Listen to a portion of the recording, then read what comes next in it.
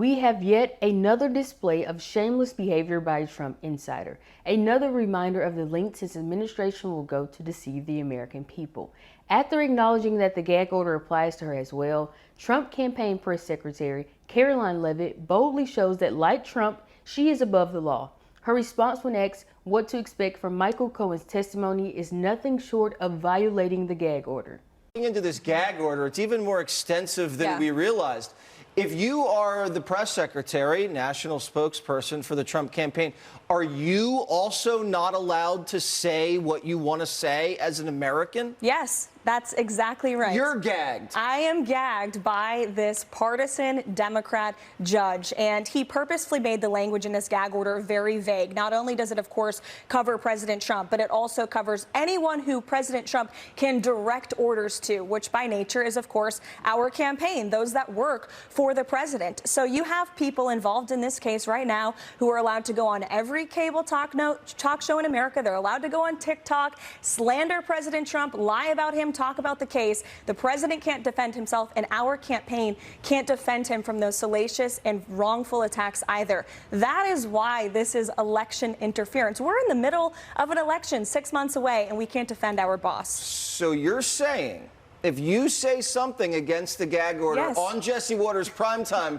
Donald Trump could go to prison? Yes, that's exactly right. If I were to sit here, we got to go commercial. Thankfully, I think I'm a disciplined spokesperson. All right, you're very disciplined, very disciplined. You know who's not disciplined is Mike Cohen selling merch. He's going to testify on Monday. Even CNN knows the guy's a joke. What should we expect? More lies, I suppose. Are you allowed to say that?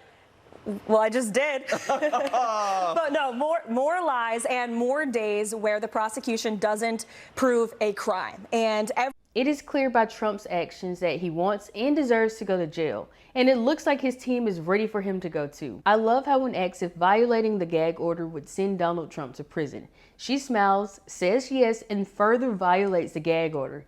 It is clear by Trump's actions that he wants and deserves to go to jail, and it looks like his team is ready for him to go too. When Jesse Waters offered the commercial break, she should have taken it, but instead she continued to violate the gag order because since she's buddy-buddy with Trump and he doesn't have to follow any rules, then she doesn't have to either. The "well, I just did it" response sounds like a rebellious teenager bragging to their friends that they just broke curfew.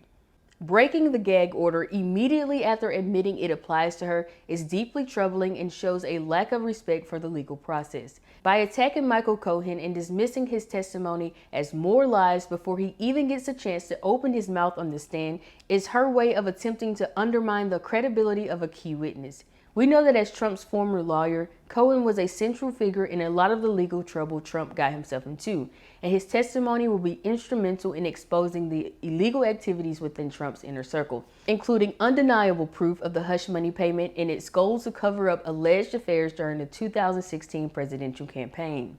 This shows an unethical pattern of obstruction and camouflaging accountability deflection. Why is it so hard for Trump's team to respect the authority of the court? They are so afraid of the damaging information they know Cohen has, so they are working in overdrive to be louder than his testimony. Karoline just showed us a perfect example of engaging in a calculated effort to manipulate public perception and cast doubt about the truth. This was a shameless violation of the gag order, given that she clearly knew she was ordered against talking about Cohen or any other witnesses. Let's hope her misconduct is addressed. It is clear that the fines are not enough for Trump or his team. It is time for him to get what he's been begging for: time behind bars.